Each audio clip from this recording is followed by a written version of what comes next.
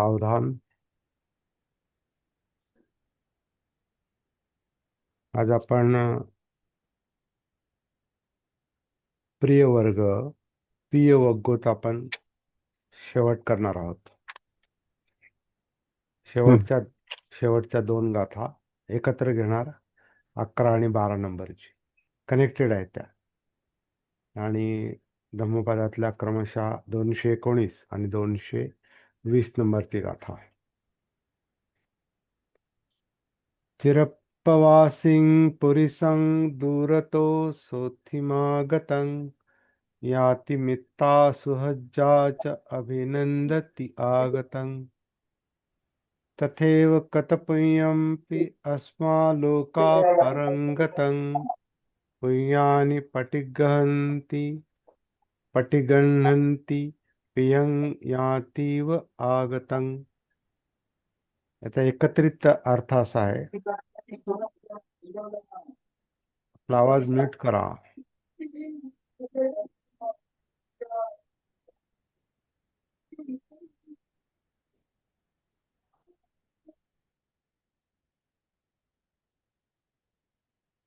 ज्याप्रमाणे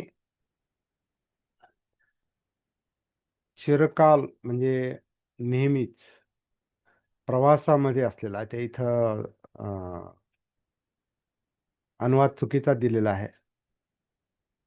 परदेशी असा अनुवाद नाही, तो प्रवास आहे. चिरप्रवासिंग म्हणजे नेहमीच प्रवासात असणारा, नेहमी प्रवासात असणारा. जेव्हा दूर देशातून दुरून तो परत येतो, तर तो सुरक्षित आला. सोत्थिमागतंग म्हणजे सुरक्षित परत आलाय, म्हणून पूर्वी त्याचे नातेवाईक याती म्हणजे नातेवाईक, मित्ता म्हणजे मित्र, सुहज्जा म्हणजे आपण त्याला हितचिंतक म्हणतो.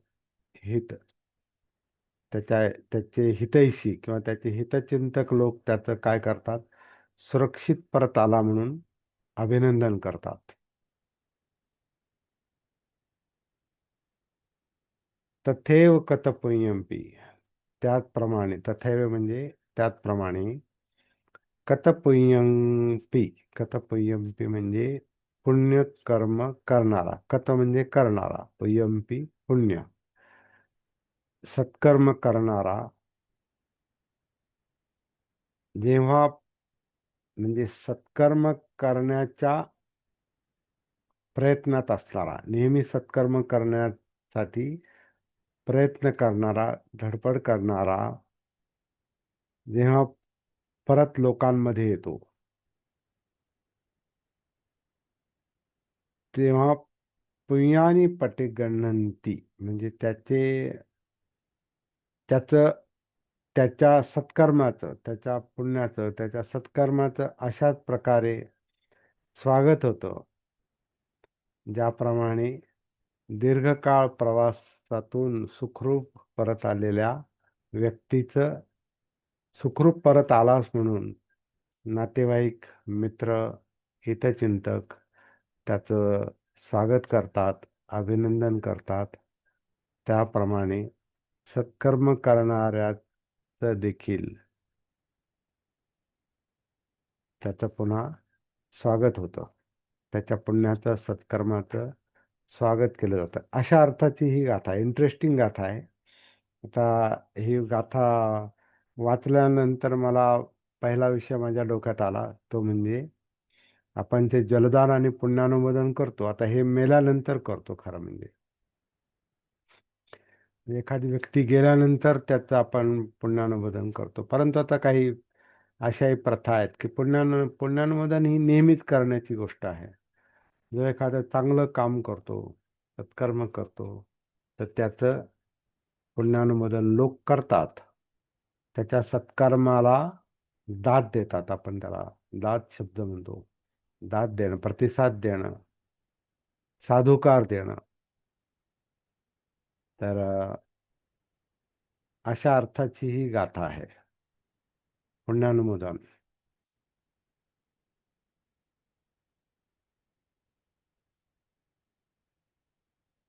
याची जी उपमा दिलेली आहे ती पण फार इंटरेस्टिंग आहे. दीर्घकाळ तो प्रवासात आहे. एखादा व्यक्ती दीर्घकाळ प्रवासात आहे आणि प्रवास म्हटल्यानंतर काही बरं वाईट होऊ शकतं.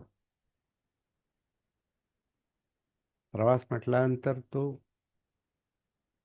सुखरूप परत येईल नाही येईल याची काही गॅरंटी नसते, कारण प्रवास आहे म्हणजे गाडीमध्ये आहे, दूरदेशी आहे.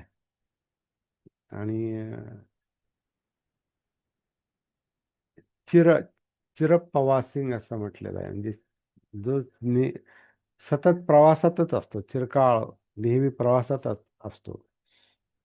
तर तो जर सुखरूप घरी परत आला तर घरच्यांना आनंद होतो, नातेवाईकांना आनंद होतो, मित्रांना आनंद होतो. आणि त्याच्या स्वागतासाठी लोक घरी येत असतात किंवा त्याच्या स्वागतासाठी पुढे येत असतात. त्याचा सत्कार होतो, त्याचं अभिनंदन करतात, सुखरूप परत आले. त्याच्याशी या गोष्टीची तुलना केलेली आहे की जे सत्कर्म आहे, सत्कर्मासाठीच असा चिरकाल प्रवास करावा लागतो, ज्याला आपण साधना म्हणतो, प्रॅक्टिस म्हणतो, ज्याला खरंच स्वतःच हित साधायचं असतं, ज्याला खरंच निब्बाण प्राप्त करायचं असतं, दुःखमुक्ती प्राप्त करायची असते आणि ह्या जीवनाला चांगलं वळण द्यायचं असतं. आणि ते चांगलं वळण सन्मार्ग म्हणजे धम्म मार्ग आहे, सद्धम्म मार्ग आहे खरं म्हणजे. सद्धम्म मार्ग आहे, अधम्म मार्ग नाही. धम्म म्हणजे खरं म्हणजे मनोधम्म आहेत. परंतु मनोधम्माचे पण दोन भाग, जसं बाबासाहेबांनी ते फार चांगलं कॅटेगरायझेशन केलेलं आहे, वर्गीकरण केलेलं आहे बुद्ध अँड हिज धम्म मध्ये. धम्म, अधम्म आणि सद्धम्म. तर सद्धम्मामुळे हित होत असतं. सद्धम्मामुळे पुण्य कतपुण्य म्हणजे पुण्यकृत, पुण्यकर्म, चांगलं कर्म, सत्कर्म. आता पुण्य म्हणजे पाप पुण्य हा जो विषय आहे, हा बुद्ध धर्मामध्ये वेगळ्या अर्थाने घेतला जातो. इतरत्र पाप पुण्य म्हणजे देवधर्म कर्म करणं, ते कर्मकांड करणं, त्याला पुण्य समजतात. बुद्ध धर्मामध्ये पुण्यकर्म म्हणजे सत्कर्म, सत्कर्म म्हणजे सद्वर्तन, म्हणजे खरं म्हणजे शीलाचरण, चांगलं आचरण, जे करणाऱ्याच्या पण हिताचं असतं आणि तो ज्याच्या संपर्कात असतो त्याच्या पण हिताचं असतं. कारण मनुष्य हा सामाजिक प्राणी आहे, सामाजिक प्राणीच आहे, बरोबर आहे. सामाजिक असतो, त्याचं सामाजिक अंग असतं. व्यक्ती कधी एकटा राहत नाही, कारण तो एकटा येतच नाही मुळात. त्याचं जीवन जरी स्वतंत्र आणि एकटं असलं तरी त्याचं उंबऱ्याबाहेरचं जे जीवन असतं हे सामाजिक असतं. उंबऱ्याच्या आतलं जीवन हे व्यक्तिगत असतं, सायकोलॉजिकल, ज्याला आपण म्हणतो मानसिक, मनोधम्म. मनोधम्माचं जे जीवन असतं, मनाशी संबंधित त्याच्या चित्त हे आलंच, ते जरी व्यक्तिगत असलं, कायेच्या आत असलं, उंबऱ्याच्या आत असलं, तरी त्याचं दुसरं जे जीवन आहे ज्याला आपण व्यवहार म्हणतो, ते व्यावहारिक जीवन हे लोकांशी संबंधित असतं, परिस्थितीशी संबंधित असतं. तर परिस्थितीमुळे, लोकांमुळे, समाजामुळे, नातेवाईकांमुळे जसं आपलं आतलं जीवन घडतं, कारण बाहेरच्याच गोष्टी आत येतात. इंद्रिय तेच काम करतात जन्मापासूनच. जन्म झाल्यानंतर लगेच त्याचं, त्याला शब्द आहे सोशलायझेशन, म्हणजे सामाजिकरण. व्यक्ती जन्माला आला की त्याचं सामाजिकरण सुरू होतं. व्यक्ती जन्माला आला की त्याचं सामाजिकरण सुरू होतं आणि ते नैसर्गिकपणे सुरू होतं. कारण काय, तो जन्माला आला की तो समाजातच जणू काय अवतरतो. गर्भाशयातून तो समाजात अवतरतो. बाहेर आल्यानंतर लगेच मग आई किंवा जन्म झाल्या झाल्या आपण आजकाल जे काही आधुनिक जे तंत्रज्ञान आहे, ज्याच्यामुळे याला काय म्हणतात, मॅटर्निटी होम किंवा आजकाल बाळंतपण जे असतात ही काही घरी होत नाहीत, ही दवाखान्यातच होतात. आणि दवाखाना म्हणजे काय, दवाखाना म्हणजे डॉक्टर आले, परिचारिका म्हणजे नर्स आले, किंवा बाकी सेवा करणारे आले, आणखीन काही जे आजूबाजूला असतात अं,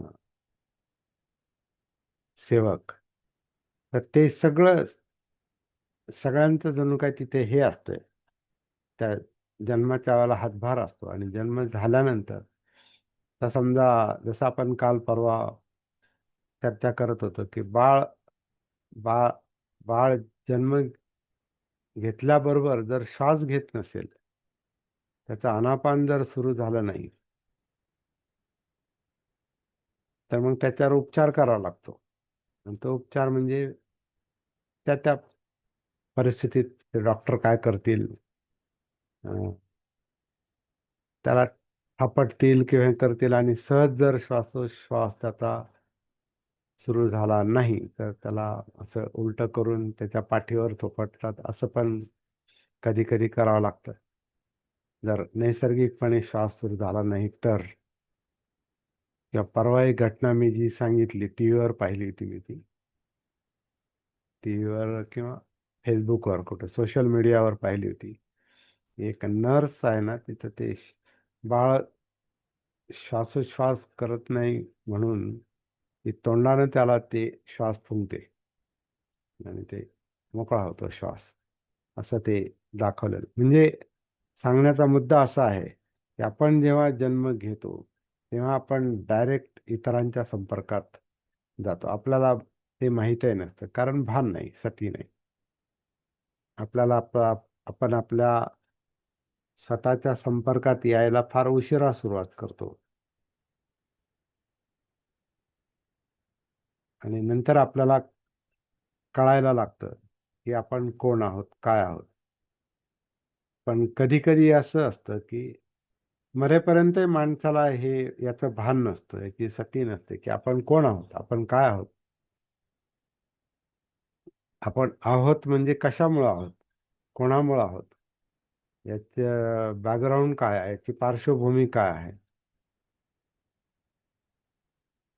आपण मॅटर्निटी होम मधल्या आता जन्माचं उदाहरण घेतलं, पण जन्म झाल्यानंतर जसं आता डॉक्टर डॉक्टर आपल्याला अं, वाचवण्यासाठी जणू काय हातभार लावतो, म्हणजे तो जबाबदार असतो जणू काही त्याला. किंवा नर्स असते. नंतर मग आईचा रोल येतो, किंवा इतर आया वगैरे जे असतात त्यांचा. आणि त्या आया पण आता अंघोळ वगैरे घालतात बाळाला, म्हणजे त्याचं तो दुसऱ्याच्या हातात लगेच. समाज समाज म्हणजे इतर लोक, इतर लोकांच्या हातात त्याचं अस्तित्व लगेचच जात ते. नंतर मग आई आहे, मग वडील आहे, मग नातेवाईक आहे, कुटुंब आहे, मग हळूहळू आजूबाजूचा परिसर आहे.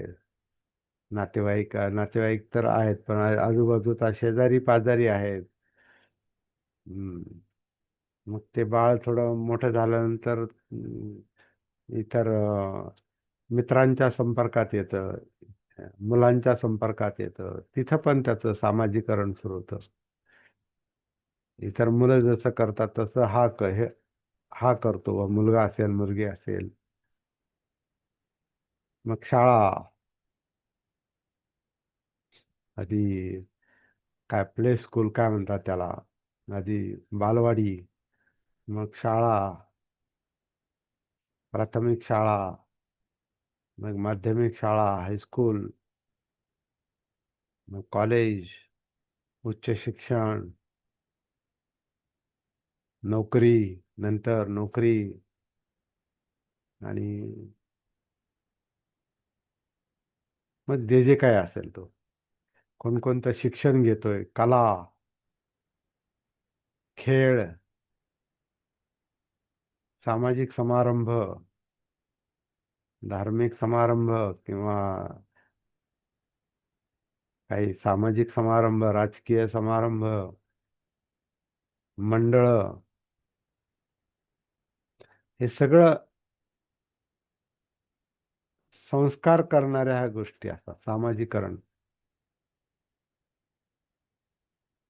आणि असं माणसाचं जीवन घडत असते, आणि त्याच्यातून त्याचं मनोधम्म तयार होतात. परंतु मनोधम्मांना खऱ्या अर्थानं मोटिवेट करणारी,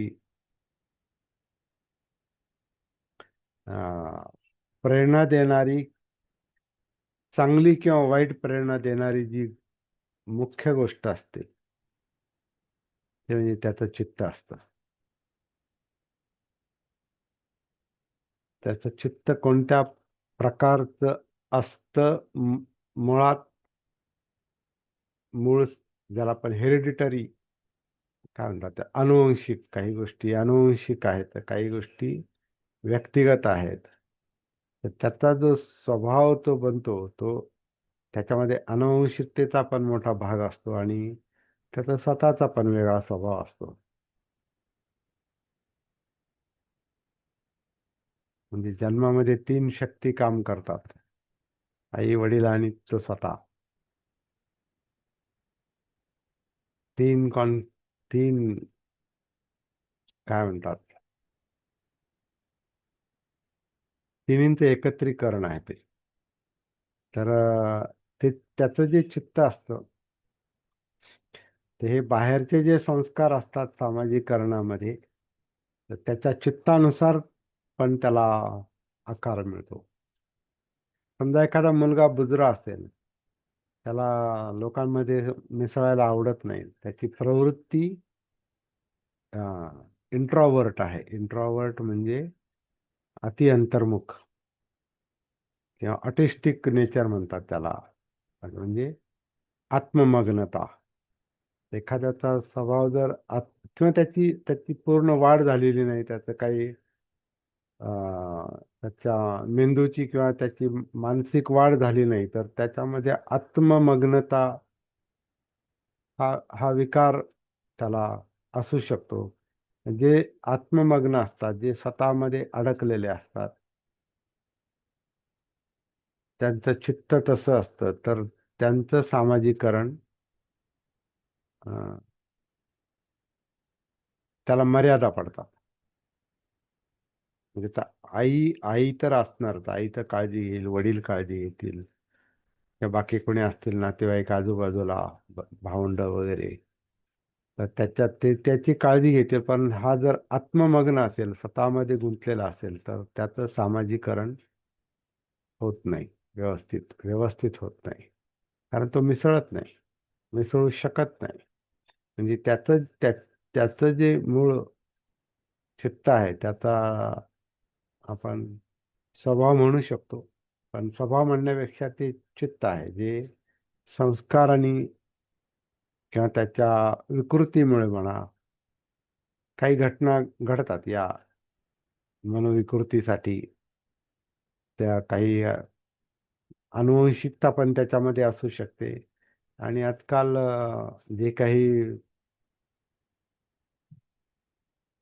अ, उपचाराच्या ज्या गोष्टी आहेत, आता काही महिला ज्या आहेत, म्हणजे गरोदरपणी गरोदरपणी त्या अति चिंतेपोटी किंवा फार काळजी अति काळजी करतात. प्रिकॉशन किंवा म्हणजे थोडंसं हे करण्यापेक्षा, म्हणजे काळजी घेण्यापेक्षा काळजी करतात. आणि काळजी करताना म्हणजे आता मी काही गोष्टी अं, जवळच्या सांगतोय, म्हणजे जवळच्या गोष्टी, पाहिलेल्या गोष्टी सांगतोय मी, मनाचं नाही बोलत. अति चिंतेपोटी म्हणजे समजा आता फार उशिराने समजा पहिलं मूल होणार असेल, तर मग त्या अति चिंता करतात आणि मग त्या काळजीपोटी त्यासारखं डॉक्टरकडे जाणार आणि तपासणी करणार, डॉक्टरकडे जाणार, तपासणी करणार. तर कधी कधी त्यांना डॉक्टर सांगतात, तुम्ही एवढं एवढं का इतक्या वेळा काय येतात तपासायला? तर ती बाई चिंता करत असते. ते सांगतात, तुम्ही फार फारच चिंता करताय. व्यवस्थित आहे, व्यवस्थित चाललंय, व्यवस्थित वाढ आहे मुलाची. तर तिचं समाधान होत नाही. ती परत 15-3 आठवड्यानं काही थोडंफार झालं की लगेच मग त्याच्यामध्ये आजकाल उपचारामध्ये वेगवेगळे प्रकार वापरले जातात, केले जातात. कधी कधी औषधांचा मारा पण असतो. आणि या औषधांच्या मारा किंवा बाकीचे काही उपचार जर असतील, सोनोग्राफी सारखे किंवा आणखीन काही एक्सरे सारखे, अं, त्याचा बाळाच्या याच्यावर परिणाम होऊ शकतो. औषधांचा मारा आणि मुख्य म्हणजे त्या आईची चिंता. चिंतेमुळं तिचं जे चित्त आहे, हे बाळाचा डायरेक्ट संबंध असतो आईशी गर्भाशयामध्ये. मग तिची चिंता, तिची तिचं पोषण, तिचं भय, ति तिचं वर्तन, हे सगळ्या गोष्टींचा गर्भावर जो परिणाम होतो, त्याच्यातून पण अशी ऑटिस्टिक मुलं जन्माला येतात. म्हणजे आत्ममग्न, स्वतःमध्ये अडकलेले. आणि मग अशा मुलांचं जन्मानंतर सामाजिकरण हे मर्यादित होतं, तो मिसळत नाही इतरांमध्ये. आणि मग त्याच्या जीवनाला ते एक वेगळं वळण मिळतं. तर याच्यातून एक वर्तन तयार होतं. याच्यातून जे वर्तन तयार होतं, तर हे आपल्याला कधी कधी आयुष्यभर कळते नाही. मुद्दा आपला असा होता की या सगळ्या घडामोडीमध्ये आपल्याला, आपण जर सतीमध्ये नसू, भानावर नसू, जागृत नसू, तर मरेपर्यंतही कळत नाही की हे असं का चाललेलं आहे, जीवनाचं स्वरूप असं का आहे, हे कळत नाही.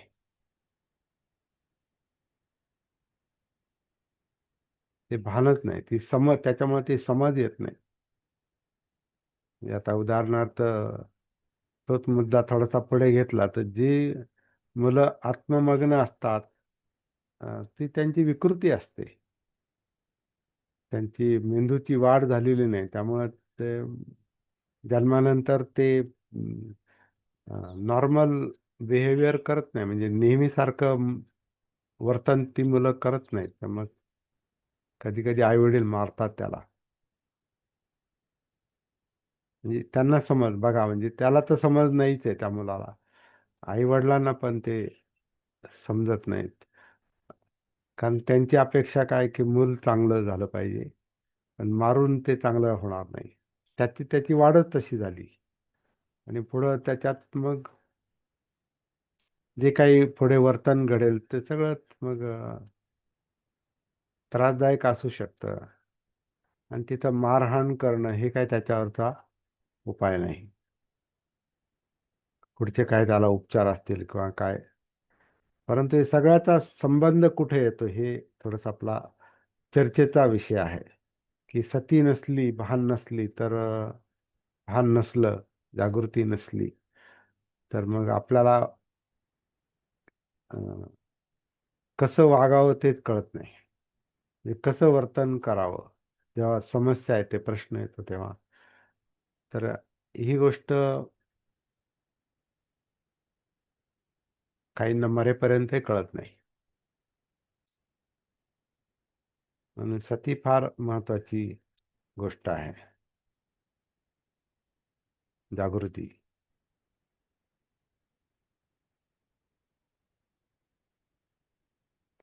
आपला मुद्दा असा आहे की जर आपल्याला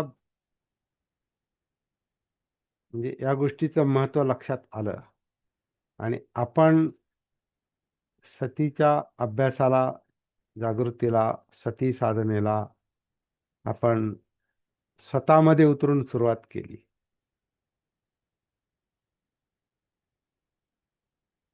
तर संस्कारांनी आपली जी जडणघडण झालेली आहे त्याच्यामध्ये बदल घडायला सुरुवात होतो. त्याच्यामध्ये त्याचं एक ट्रान्सफॉर्मेशन होतं, परिवर्तन होतं, रूपांतर होतं त्याचं. संस्कार समजतात सती जागृतीमुळे, आणि ते जर त्रासदायक असतील, ते चित्त जर त्रासदायक असेल, ते मनोधम्म जर अधम्म असतील, म्हणजे चुकीचे विचार असतील, तर त्याच्यामध्ये जागृतीमुळे आतल्या आत धर्मांतर होतं, रूपांतर होतं. धर्मांतराचा अर्थ खरं म्हणजे हा आहे. धर्मांतर म्हणजे फक्त दीक्षा नाही. धर्मांतर म्हणजे मनोधर्मांतर. मनोधम्म बदलतात. आणि ते जर मनोधम्म अकुशल असतील, म्हणजे त्याच्यातून पापकर्म घडतं, वाईट कर्म घडतं, असे जर मनोधम्म असतील, तर ते सतीच्या लक्षात येतात, जागृतीच्या लक्षात येतात, आणि त्याच्यामध्ये आपोआपच नॅचरली रूपांतर होतं, परिवर्तन होतं. म्हणून ही जागृती महत्वाची आहे. आणि याच्यातून जो परिणाम होतो तो पुण्यकर्म, म्हणजे चांगलं कर्म घडायला सुरुवात होते. सत्कर्माला सत्कर्माची सुरुवात होते. इथून खरी शिलाचरणाची सुरुवात आहे. कारण ती समज आली तरच शिलाचरण होतं. पठण करून नाही होत. नुसतं पठण करून नाही होत. पठण करणं वाईट नाही, परंतु पुण्यकर्म कशामुळे घडतं, सत्कर्म शिलाचरण कशामुळे घडतं, तर सद्धम्मामुळे. मनोधम्म बदलले तर, मनोधम्मच वर्तनाला जन्म देतात. म्हणून मनोकुभंगमा धम्मा, मनोसेठा मनोमया. जे काही मनात आहे त्याचं मूळ मन आहे.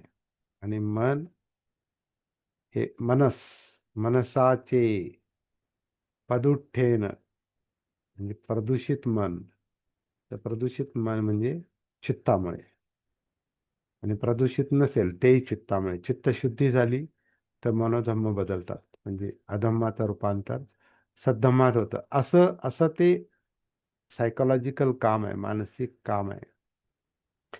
तर सती जागृतीमुळे ह्या गोष्टींची जेव्हा समज यायला सुरुवात होते, तेव्हा आपल्याकडून पुण्य घडतं, चांगलं काम घडतं, कारण वर्तन बदलतं. आणि मग त्याचे परिणाम चांगले होतात. त्या गाथेमध्ये असं म्हटलेलं आहे की असं जर आपण पुण्य संपादन केलं, किंवा कुशलस्य उपसंपदा, ते कौशल्य संपादन केलं, आणि तशा प्रकारचं सद्वर्तन आपल्याकडून घडायला सुरुवात झाली, तर आपले नातेवाईक, आपले मित्र, आपले हितचिंतक, सुहज्जा हितचिंतक, नाते मित्र आपलं चांगलं काम पाहून म्हणजे अनेक अनेक दिवस जसा एखादा माणूस प्रवासाला जातो, चिरकाल म्हणजे सारखा प्रवास करतो आणि सुरक्षित घरी परत येतो. तर त्याचं स्वागत केलं जातं. त्याचं अभिनंदन केलं जातं, की तू सुरक्षित परत आलास. चांगलं झालं. त्याचे हितचिंतक त्याला काय करतात, त्याचं अभिनंदन करतात, की जणू काय जगून वाचून आला. सुखरूप परत आला. म्हणून नातेवाईक त्याचं स्वागत करतात, अभिनंदन करतात. त्याच्याशी याची तुलना केलेली आहे ह्या गोष्टीची, की जर एखादा मनुष्य सत्कर्मामध्ये, चांगल्या कामामध्ये, पुण्यकर्मामध्ये, सामाजिक कार्यामध्ये, चांगल्या सामाजिक कार्यामध्ये, चांगल्या धम्मकार्यामध्ये तो जर अनेक वर्ष देत असेल, तर कधी-कधी तोपर्यंत जवळच्या माणसांनाही कळत नाही काय चाललंय याचं. घरातल्यांनाही कळत नाही, नातेवाईकांनाही कळत नाही आणि इतर लोकांनाही कळत नाही. समाजातल्या लोकांनाही कळत नाही आणि कधी-कधी तर याचा वेडा झाला म्हणतात. अनुभव सांगतो. गेले कामातून. तर पण जेव्हा अनेक वर्षानंतर तुम्ही काहीतरी काहीतरी असं रूप घेऊन येता, असं काहीतरी काम करता आणि मग त्याचे पडसाद लोकांमध्ये उमटतात. मग त्याची वाह-वाह होते. मग सगळे मित्र, नातेवाईक, हितचिंतक त्याच्या पुण्याचं पटीगणित त्याचं अभिनंदन करतात, त्याचं स्वागत करतात. हां, आम्हाला वाटलं गेले कामातून, पण नाही, तसं नाही. माझ्या स्वतःचं उदाहरण सांगतो. जेव्हा मी आता हे एक काय म्हणतात, तर हे धम्मकार्याचं एक का वेडच म्हणा त्याला, किंवा हा छंद कालचा आपण पाहिला ना, छंद जातो. हा जो छंद आहे, ते काहीतरी काहीतरी काहीतरी आपल्या सतीला, जागृतीला काहीतरी अशा गोष्टी अनुभवायला येतात. जसं आता तो कोल्हापूरचा अनुभव, विचारे माळावरचा, किंवा असाच एक अनुभव मला लहानपणी आला. बैलगाडीचा प्रसंग. बोललोय की नाही आपल्याशी मला माहिती नाही. अ, 10-11 वर्षाचा असताना. तर तो अनुभव मला अंतर्मुक्तेचा, स्वतःशी कनेक्ट होण्याचा अनुभव मला तो 10-11 वर्षाचा आला. तर तेव्हा त्याचा अर्थ मला आत्ता कळतोय. किंवा कोल्हापूरचा अनुभव, ज्याला आता सतीचा अनुभव म्हणतो, म्हणजे नैसर्गिक श्वास मला जेव्हा पहिल्यांदा सापडला, की ही काया नैसर्गिकपणे आतून आत श्वास घेते, आतून बाहेर सोडते. म्हणून आतमध्ये ते आनापान चालू आहे. जसं बाकीच्या क्रिया पण शरीराच्या आतच चालू आहेत. हार्टची क्रिया आहे, पचनक्रिया आहे, बाकीच्या ग्रंथींची क्रिया आहे, आपला मेंदू आहे, आपल्या किडनीचं काम आहे, उत्सर्जन क्रिया, सगळ्या गोष्टी या कायेच्या मर्यादेच्या आत चाललेल्या आहेत. आणि आनापान पण आतच चाललेलं आहे, बाहेर नाही येते. म्हणून अनापान ते नैसर्गिक आनापान जेव्हा मला ते जाणवलं, तर मग तिथून ती सुरुवात झाली. तर एक हे असं का होतं म्हणजे, तर त्याला उत्तर नाही काही. चित्तवृत्ती प्रवृत्ती हेच त्याला उत्तर आहे. तर आणि कधी-कधी ते काही निमित्तानं पण होतं. जसं आता बाबासाहेबांनी हे वातावरण तयार करून दिलं. बौद्ध प्रवाहात आपण आलो, तर आपण आपोआपच बुद्धाचा, धम्माचा आपण विचार करतो आणि आपण त्या प्रवाहात आलो. तर ती गोष्ट सती जागृतीला, भानावर यायला, जागृत व्हायला एक निमित्त बनलेली आहे. फार उत्तम, चांगलं निमित्त बनले आणि फार मोठ्या सामाजिक पातळीवर आणि अगदी राष्ट्रीय पातळीवर याचा परिणाम झालेला आहे. म्हणजे अनेक लोक ह्या मार्गावर येतात, म्हणजे जागे होतात. तर हे जागं झाल्यानंतर आपल्याला जे एक निमित्त मिळालं बाबासाहेबांमुळं, बुद्धांच्या मार्गावर आपण गेलो, म्हणजे हा जो त्रिकोण आपला एक तयार झाला आहे नॅचरली. तर त्याच्यातून आपल्याला जे एक अंतरप्रेरणा मिळते, त्याच्यातून काही कृती घडतात. तर मी असं म्हणत होतो की जेव्हा मी या मार्गावर आलो, तर त्रैलोक्य बौद्ध महासंघाच्या निमित्तानं, तर एक गोष्ट सहजच घडली. ती म्हणजे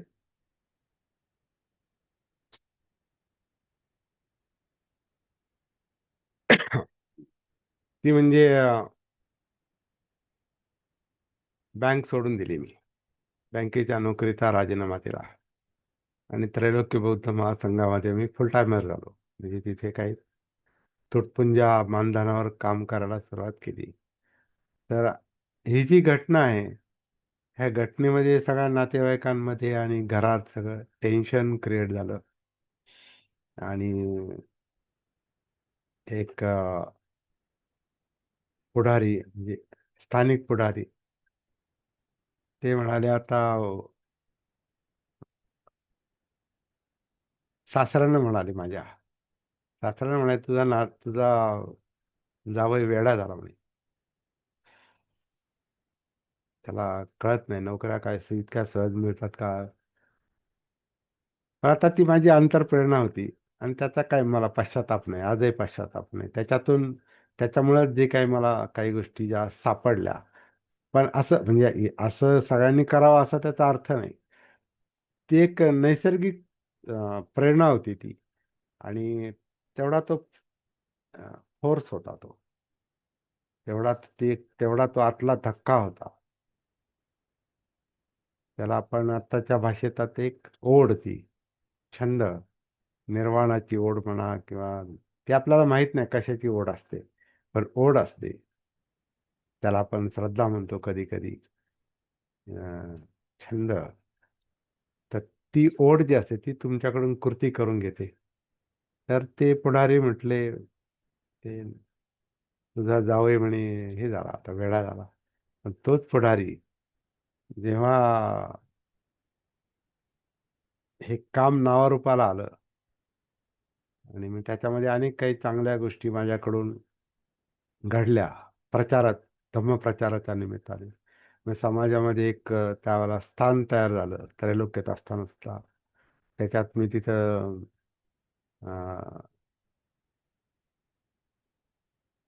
25,000 आपले अंक निघायचे बुद्धयांचे त्यावेळेला. त्याचा उपसंपादक होतो. त्या निमित्तानं एक कामही त्या पातळीवरचं, म्हणजे साहित्यिक पातळीवरचं थोडंसं अनुवादाचं काम, ट्रान्सलेशनचं काम, लिखाणाचं काम, छपाईचं काम, प्रसाराचं काम. मग दर दर एक अंक जर 25,000, तर तो अंक अनेक ठिकाणी पोहोचला जायचा. मग त्याच्यातून एक सहज एक नाव पण तयार झालं. अनुवादक म्हणून नाव तयार झालं. थोडंफार लिखाण करायचो, त्याच्यामुळे नाव तयार झालं. मग त्या गोष्टी प्रचारात पण दिसायला लागल्या, आणि एक सामाजिक स्थान एक तयार झालं. मग तो, आणि पुढे चालून मग मी एक स्वतःचं मासिक पण काढलं, पाक्षिक बोधिसत्व भारत. त्याचे पण अंक फार मोठ्या प्रमाणात नाही ते काम झालं, पण झालं. तर ह्याचा परिणाम त्या पुढाऱ्यावर झाला. आणि मग तोच पुढारी नंतर म्हणाला की तू जे काम करतो तसं कोणी नगरमध्ये तरी करत नाही. मला ही गोष्ट अभिमानाने नाही सांगायची, पण मत कसं बदलतं. पुय्यम पुय्या पुय्यानी काय म्हटलेलं आहे, पुय्यानी पटिगणन्ति, म्हणजे पुण्याला प्रतिसाद दिला जातो, पुण्याचं अभिनंदन केलं, चांगल्या कामाचं अभिनंदन केलं जातं.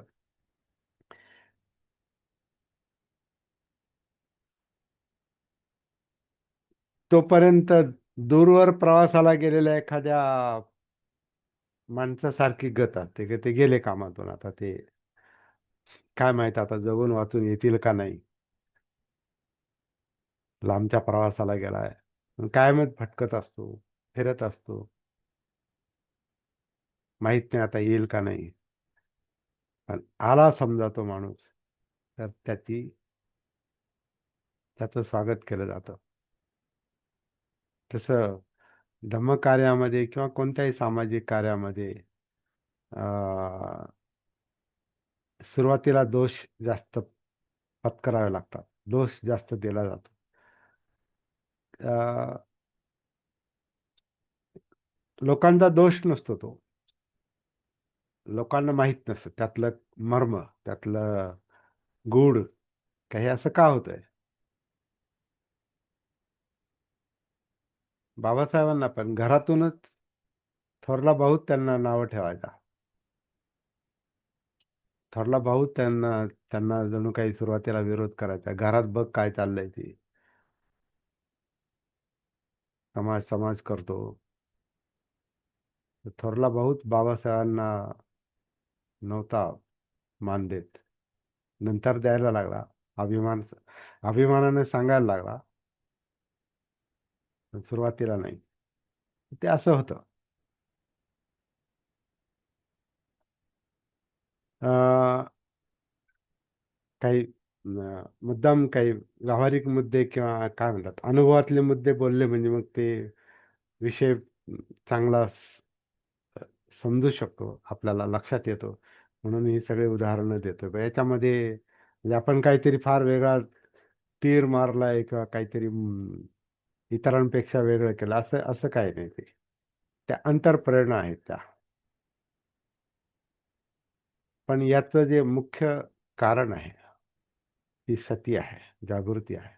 जेव्हा आपल्याला जगण्याचं भान येतं, जीवनाचं भान येतं, तेव्हा आपल्याकडून आपोआपच चांगलं काम व्हायला सुरुवात होते.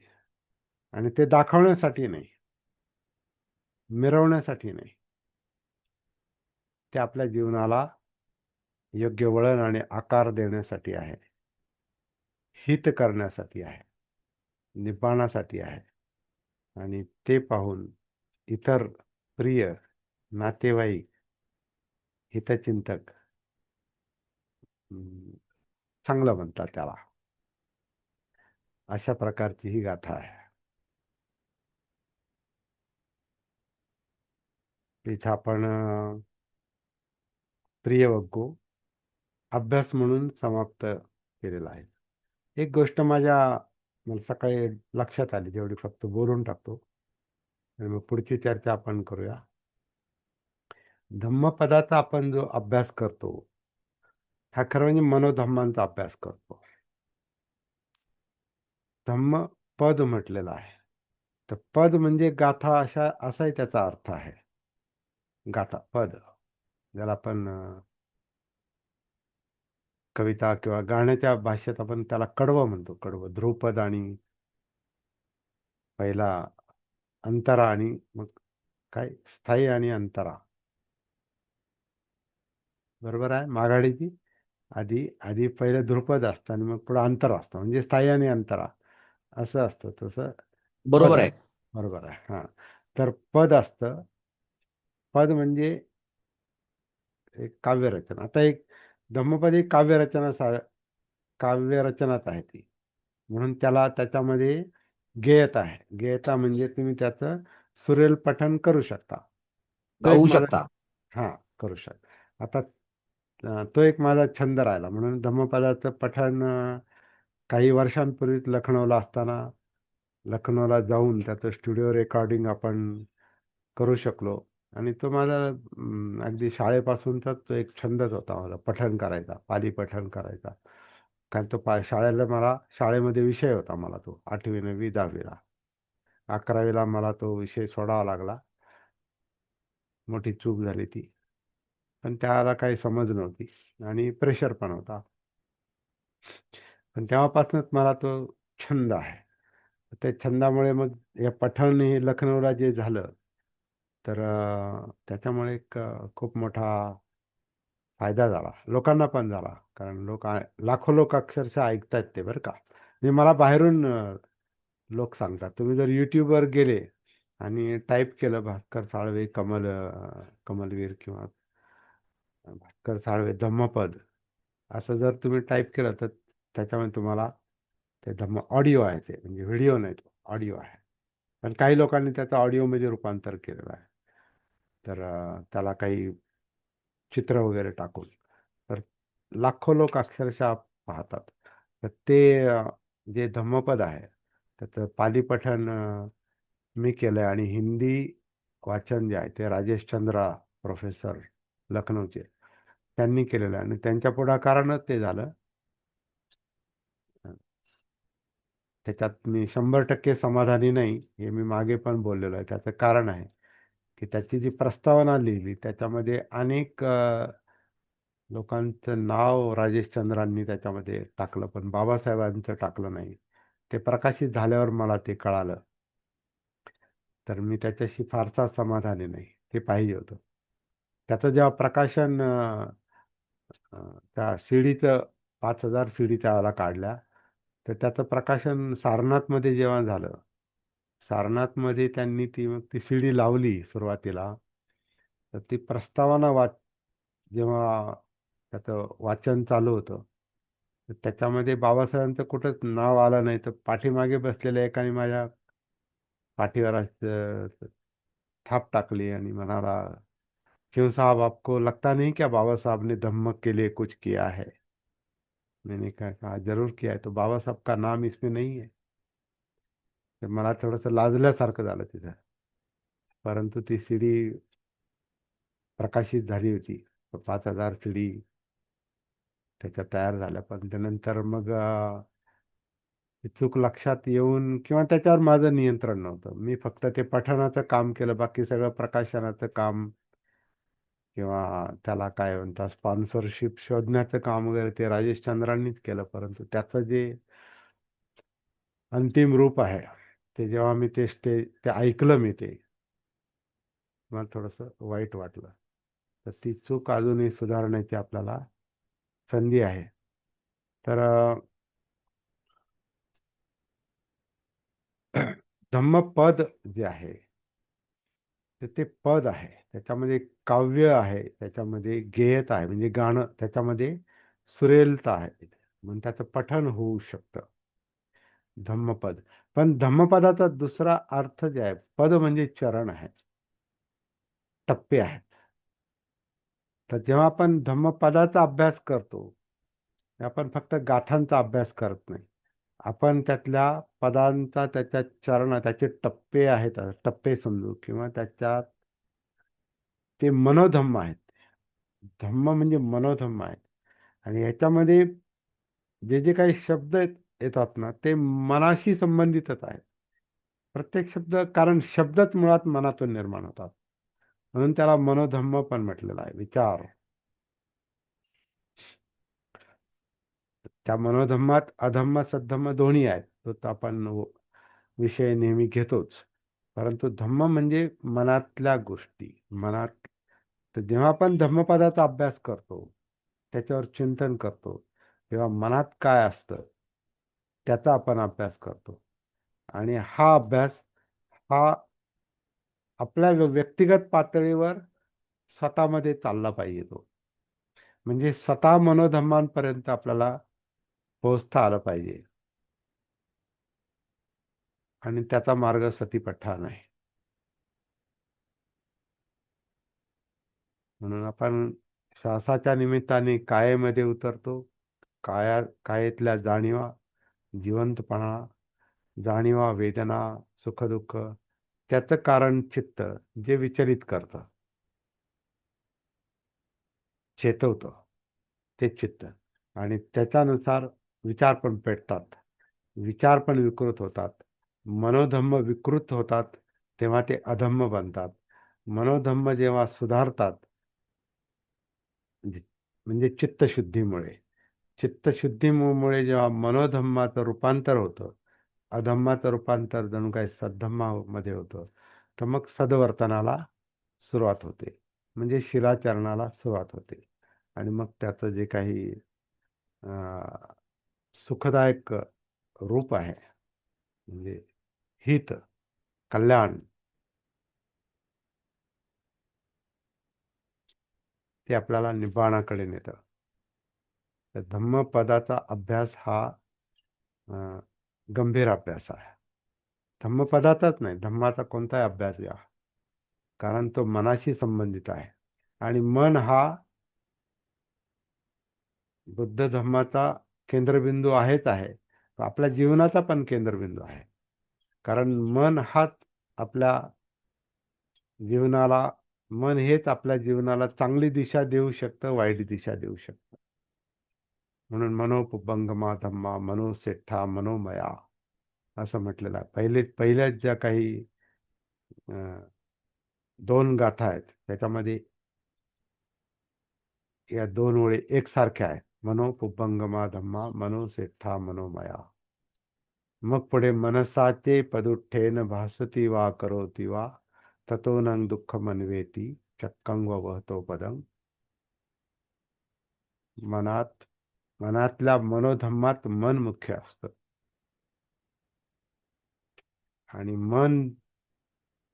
मनसाचे पदुठ्ठेन, प्रदूषित मनाने जर आपण बोललो किंवा वागलो, तर त्याच्या मागे म्हणजे आपल्या मागे दुःख अशा प्रकारे येतं, जसं गाडी ओढणाऱ्याच्या पायामागे. इथं बैलच म्हणायला पाहिजे असं नाही, माणूस पण असू शकतो. पण त्याला आता ते भाषांतर करताना बऱ्याच वेळा बैल शब्द वापरलाय. गाडी ओढणाऱ्या बैलाच्या पायामागे जसं गाडीचं चाक येतं, असं काही नाही. एखादा माणूस हातगाडी ओढतोय, तर त्याच्या मागे पण त्याच्या हातगाडीचं चाक येऊ शकतं. तर पायाच्या सायकल हा सायकल रिक्षा. सायकल रिक्षा आहे, कोणते पण आहे. माणूस माणूस ओढतो, तर त्याच्या पाठीमागे त्याच्या त्या गाडीचं चाक येतं. तर जसं गाडी पायाच्या मागे ते चाक येतं, म्हणजे सोबतच, म्हणजे कर्माचे परिणाम म्हटलेला आहे. कर्माचे परिणाम, वर्तनाचे परिणाम. तर जसं कर्म करावं तसं परिणाम येतात. तसं पायामागे जसं ते गाडीचं चाक येतं, तसं वाईट मन असेल, प्रदूषित मन असेल, तर मग त्याच्या पाठीमागे दुःख हा परिणाम आल्याशिवाय राहत नाही. म्हणजे मन हे मुख्य आहे. आणि त्याच्याच विरोधातली दुसरी गाथा आहे, दुसरं यमकातलं जोडीतली दुसरी गाथा. मनसाचे प्रसन्नेन. प्रसन्न म्हणजे अं, प्रसन्न प्रसन्न मन तेव्हाच असतं जेव्हा ते चांगलं असतं, सद्वर्तन किंवा त्याच्यातली चित्तशुद्धी झालेली असते, मग मन प्रसन्न असतं. मनसाचे प्रसन्नेन भासती, भासती म्हणजे बोलणे. म- मनसाचे प्रसन्नेन भासती वा करोती वा ततोनं सुखमन्वेती छाया व अनपायनी. माणसाच्या पाठीमागे जशी त्याची सावली असते, त्याप्रमाणे त्याच्या सद्वर्तनाच्या पाठीमागे सुख हे येतच असतं. मन मुख्य आहे. आणि मनात जे आहे ते धम्म आहे, मनोधम्म आहे.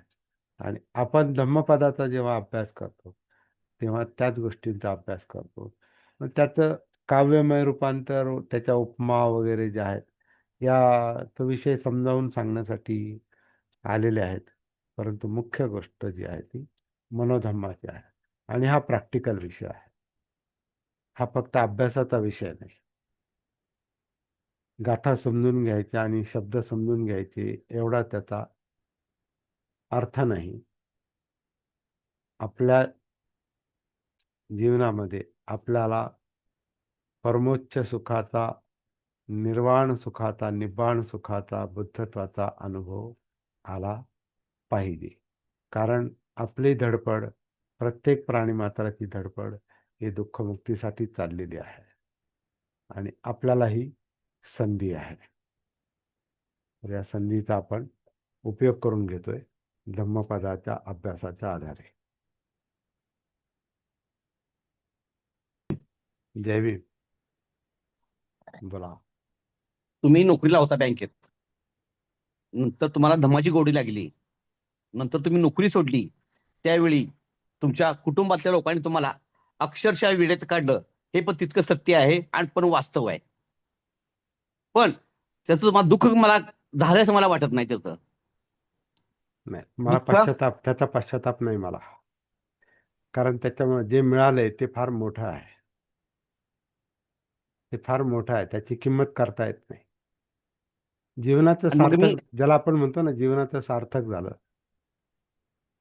जे बुद्धांचे जे शेवटचे शब्द होतात ना, जे करायचं ते केलं, ओझं उतरवलं. मग त्याचा पुढचा जो ते म्हणतात आता पुढचा पुन्हा दुःख नाही. आता दुःख संपलं आता, किंवा आता आपली अजून तशी अवस्था याला वेळ आहे, परंतु तो मार्ग सापडला. हा मार्ग सापडणं हेच फार मोठं काम असतं. मार्ग सापडणं, मार्ग सापडला असं एक हेडिंग आहे बाबासाहेबांच्या ग्रंथामध्ये. ते फार महत्वाचं हेडिंग आहे. मार्ग सापडला. मार्ग सापडत नाही अनेक लोकांना. प्रयत्न करतात पण मार्ग सापडत नाही, ते सूत्र सापडत नाही. कसं पुढे, कोणत्या मार्गाने पुढे जायचं ते अनेकांना सापडत नाही. आणि ते जर लक्षात आलं ना, ते जर सापडलं ना, तर त्याच्यासारखा दुसरा आनंद नाही. तुमच्या जीवनाचं सार्थकच झालं बा. आता ते मार्ग चालू, कोणत्या वेगानं चालू, पण चालू हे निश्चित. तिथं विचिकिच्छा नाही. तिथं आता डाऊट नाही. इकडे जाऊ की तिकडे जाऊ, की हे करू का ते करू, असा गोंधळ संपला. आता सरळ मार्ग आहे. उजूपटी पन्नू. बुद्धांनी ज्याला सरळ मार्ग म्हटलंय, तो सरळ मार्ग लवकर सापडत नाही. अनेक जण प्रयत्न करतात. ते एक शाय शेरच म्हणायचं त्याला, शायरीतलं एक गझल मधला एक हे आहे. लाखो ही मुसाफिर चलते हैं, लाखों ही मुसाफिर चलते हैं, मंजिल पे पहुंचते दो एक. एक दूसराच पोहोचतो म्हणे. लाखों ही मुसाफिर चलते हैं, मंजिल पे पहुंचते दो एक. आणि ते पुढे म्हणतो तो शायर, की अहले जमाना कदर करो, ह्या गोष्टीची कदर करा. नायाब नाही कामयाब है हम. म्हणजे आम्ही अपयशी नाही आहोत, आम्ही कामयाब आहोत, यशस्वी आहोत. तर मार्ग सापडणं ते फार छान त्या ह्याच्यातून व्यक्त होते, या शायरीतून. पदच आहे.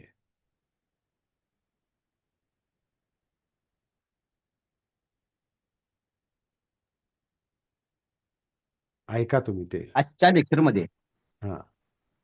आजच्या लेक्चरमध्ये तुम्ही स्वतःची अनुभव कथन केलं. हो. हा. इतक्या वर्षानंतर तुम्हाला तुमची आठवण जागी होते की मी पुढं पाली भाषा मला शिकता आली नाही, चूक केली. याची जाणीव होणं पण तितकंच महत्वाचं आहे. मग त्यावेळेला ते सायन्सला जायचं होतं, आणि घरातले म्हणले तुला डॉक्टरच व्हायचंय, आणि डॉक्टर व्हायचं असेल तर सायन्सचे विषय पाहिजेत, आणि सायन्सचे विषय घ्यायचे असतील तर मग बाकीचे विषय कमी करावे लागतात. त्याच्याशिवाय सायन्सला ॲडमिशन त्याला मिळत नव्हतं, आजही नाही मिळत. पण मुळात ते फिजिक्स, केमिस्ट्री आणि बायोलॉजी किंवा जीवशास्त्र, काही तुम्हाला ते विषय तुम्हाला शाळेतच पाहिजेत, हायस्कूलमध्ये. मग तुम्हाला कॉलेजला ते मेडिकलला जाण्यासाठी सायन्सला जाता येतं आधी. म्हणून तो विषय मला सोडावा लागला. ठीक आहे, आता ते झालं गेलं, त्याला काय आपण करू शकत नाही, पण त्यावेळी तुम्ही माणसाही डॉक्टर झालं नाही. आज मात्र तुम्ही नाही. मनोविकाराचे डॉक्टर झालेले आहात. हे पण तितकंच महत्वाचं आहे. अजून व्हायचे, अजून प्रयत्न चालू आहेत, प्रयत्न चालू आहेत. तुमचे पण प्रयत्न चालू असतील. आमच्या विचारानं, आमच्या अँगलमध्ये तुम्ही डॉक्टर आहात.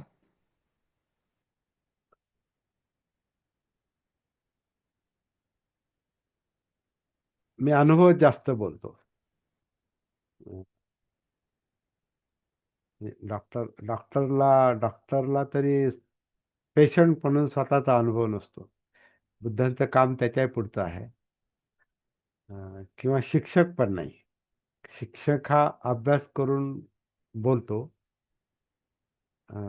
इथं तसं नाही. इथं अनुभव कथन हाच मुख्य मुद्दा आहे. पण जे काय आहे ते आनंद मिळतो त्याच्यामध्ये. आनंद मिळतो. आणि एक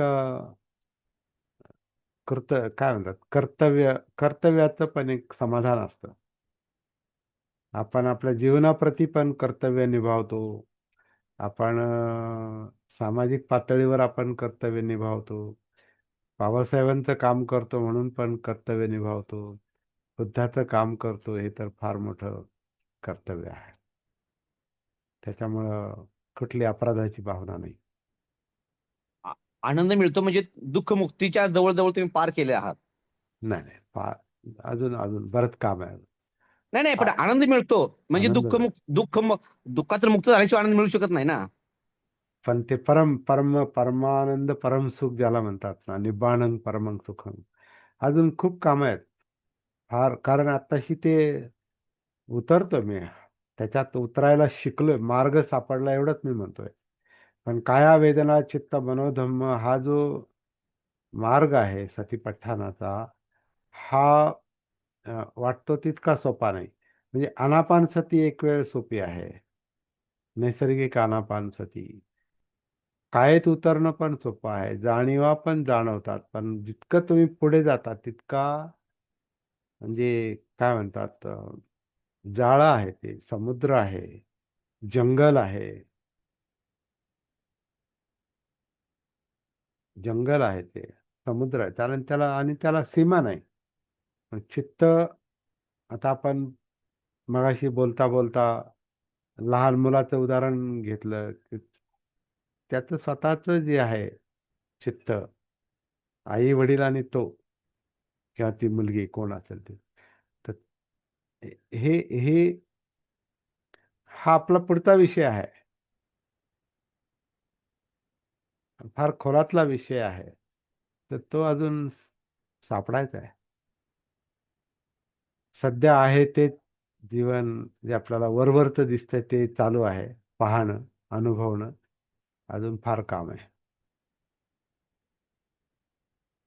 त्यामुळे वाहन चालवताना हा, वाहन चालवताना first second third top gear टाकायला लागतात. टॉप गिअर लांबचा आहे, पण फर्स्ट गिअर मात्र टाकलेला आहे 100%. ते आहे, ते आहे, ते नक्कीच, ते नक्कीच आहे. त्याच्यामुळे तुमच्याशी बोलू शकतो मी.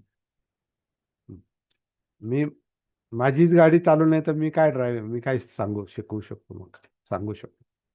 मला फर्स्ट गिअर सेकंड गिअर काय ते माहिती आहे. थर्ड गिअरला पण जाऊन, किंवा फोर्थ काय असेल ते पुढचे गिअर, पहिल्या गिअरला दुसरा तिसरा चौथा पाचवा काही 6-7 गिअर असतील समजा, फार सुपरफास्ट गाडी आहे तर पहिल्या गिअरशी दुसरा तिसरा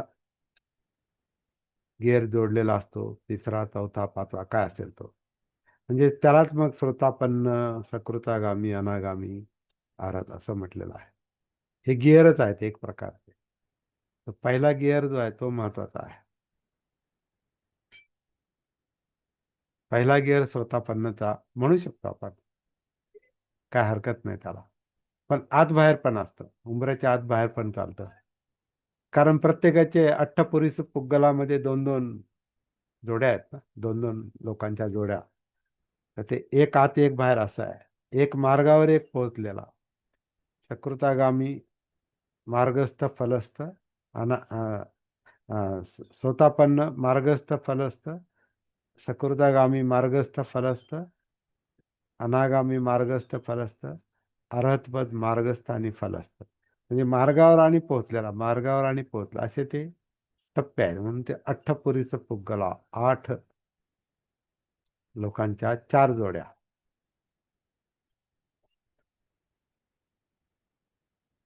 तर हे सगळं प्रॅक्टिकल काम आपण करतोय.